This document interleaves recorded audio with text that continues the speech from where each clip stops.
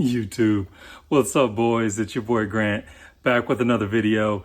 Today we're going to be doing another DIY, another retrofit. This is actually something I've been thinking about doing for a long time.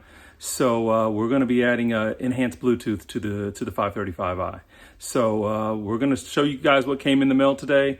We'll try to jump right in and start seeing if we can't start disassembling this trunk and see how long this takes us to get knocked out. All right, I'm gonna flip the camera around and show you what we got. All right, so here we are, boys. So in the box, of course I've already opened this up, but there's our Combox here. I'll do it with one hand. There it is. So we've got the not the F10, but the F series Combox. There it is. So that's what we're going to need to add. My particular BMW already does have Bluetooth, but it does not have Bluetooth media streaming. It only has Bluetooth calling. So of course we have to have the Combox. Actually, funny enough, we'll show you what these little M stickers go to at a later time. That's another project we're working on right now. But so my BMW actually had the Bluetooth calling. It has I think it's the TUC and the MULF box or something like that. So one thing you have to do when you do this modification is you're gonna have to purchase a harness as well as a MOS cable. So that's what's actually finally came in. That's what's actually in these two packages. So I'm gonna need my extra hand here. So I'll put the camera down for a second, but I'll show you what that harness looks like. Okay, fellas. We got everything unboxed. This is our harness that we have. Again, like I said, my BMW had I needed the TCU because we're replacing that box, as well as the MULF box. So both of those are being replaced. So we have to have a harness that will connect to both of those. And then there's the other end, as well as this is the MOS cable, I think is what it is. It's some sort of diagnostic loop. So I'm gonna have to figure out how that's actually going to work. I'm assuming that that's what these wires here are gonna connect to, but you gotta get a little bit more research done on that. But we're gonna start working on the BMW. So for those that don't know, your Combox, which is gonna deal with your enhanced Bluetooth, is located in the back. So what we're gonna do here is we're gonna remove the floor as well as remove this side panel. And I will get back with you guys in just a moment when we're done with that. Okay, boys, so this isn't that difficult to get to. What I did is I went ahead and took this bottom black plastic piece out. You do have to remember that there is a connection here for an additional power plug. So just you want to disconnect that connection here. It just pulls off, not a big deal there. And then on this side, there's count them, there's one, I believe two, three just push-in clip styles. That you little plastic ones that look like this, where you actually have to pull out the centerpiece, as well as right in there is a tow hook of some sort, not a tow hook, but a hook of some sort that you would use probably for tying down packages or groceries or something. It actually has a T40 Torx bit on that you actually remove. And with all those items removed, I was actually able to just pull this over out of the way. Let's see if I can get that to move. Yeah. So with that over to the side, you can see the boxes that my car came with. So we're gonna start digging in there and trying to see if we can start taking that apart. All right. Real quick, as a side note, I haven't really dug into anything too much that's as far as electrical yet, other than just unplugging that one connection I talked about. Since I'm going to be disconnecting these boxes, I'm going to go ahead and disconnect the negative post on the battery. So that's something I would always recommend whenever you're working, of course, with computers and connections like that. So we're going to do that real quick, and then I'll keep you guys updated. Okay, boys, all of our connections are apart. This is, from what I can see, this is our combination boxes there, which would be the MULF box and the TCU box. So we're going to see exactly where these harnesses are going to connect. And then the one thing that I think is going to be tricky is trying to make sure that we figure out where all these other items connect as well too. So I'm going to do a little bit more research here, and I'll get back with you guys here shortly.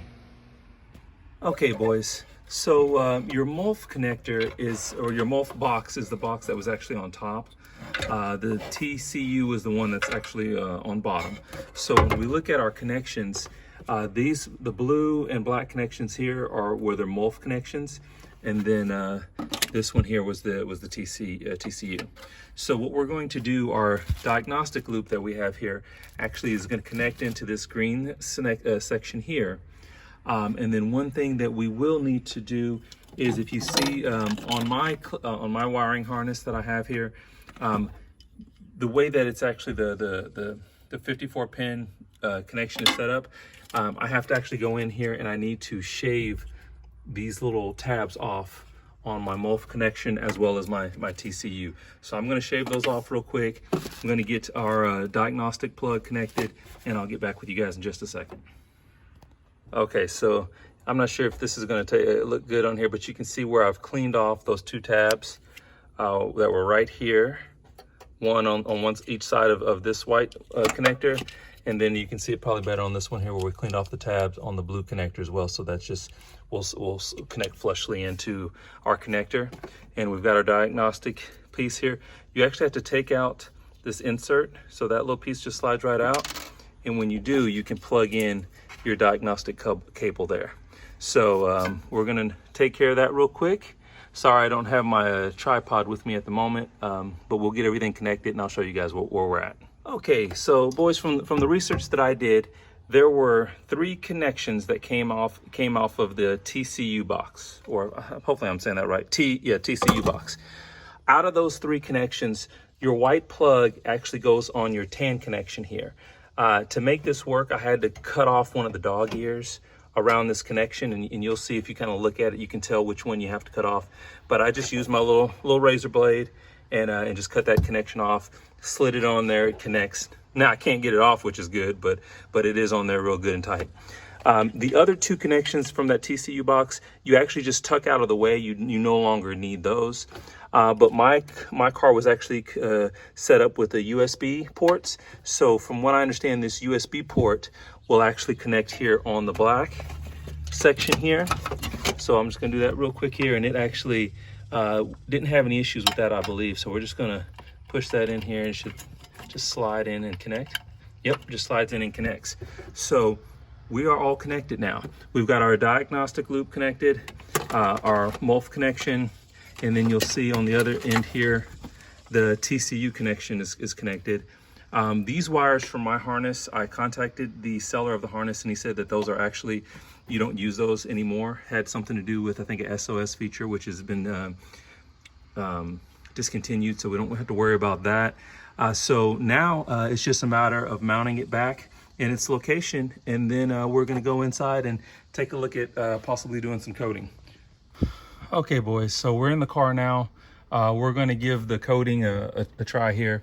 I have ESIS pulled up. We're going to go ahead and first of all connect to the car.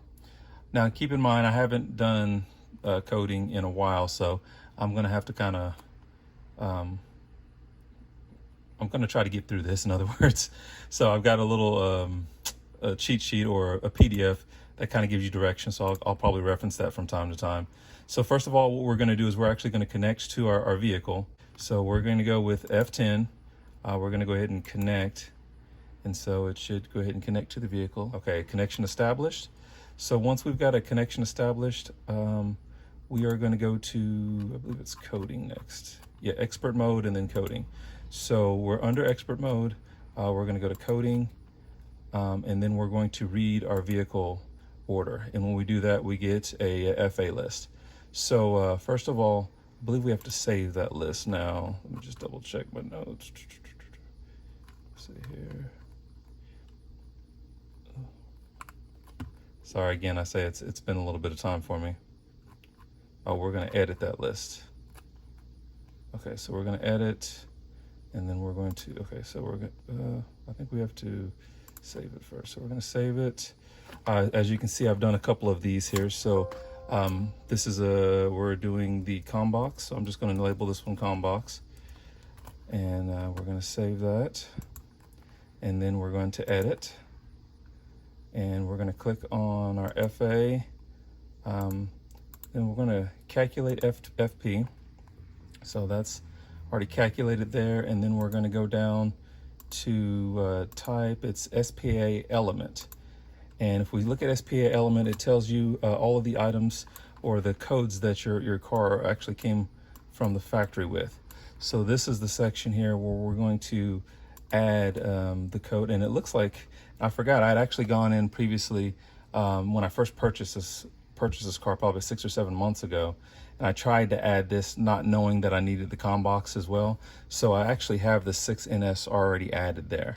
So since that's already added and now I have the computer, I think we're actually going to have to go through the process of just activating this. So let me look back at my notes and I'll get back with you guys. Okay, boys, it's the next day. The coding piece of this was a lot more work than what I initially thought it was going to be. But once I figured out what was actually going on, I had to ask some questions on some forums. We're able to kind of get to the bottom of it. So what I actually end up having to do is add this code that shows up here for 6VC. So that code had to be added to this VO list. And then I had to actually end up coding the CIC as well as the new media box, which ran into another issue with that because at first the media box actually has the last car's VIN stored to it. So I had to basically locate it first, do what they call injecting the CADF. And once I was able to do that, then I was able to get the Combox to actually communicate with the car because it had to write the VIN number for this car to it. So I was able to get it done. I don't know if this is actually going to be good instructions for anyone else, just because I think it kind of depends on how your car is set up. As well, it also depends on like the build date. So if you see here, the build date that shows up 311 for this FA code. So there's a number of things that you kind of have to look at to get this done. But I now have streaming Bluetooth. So if you actually look up here, I've still got to figure out how to code out the SOS. But now if I go to the menu, you will actually see it's multimedia. I now have my Bluetooth, or my cell phone actually is able to connect for music.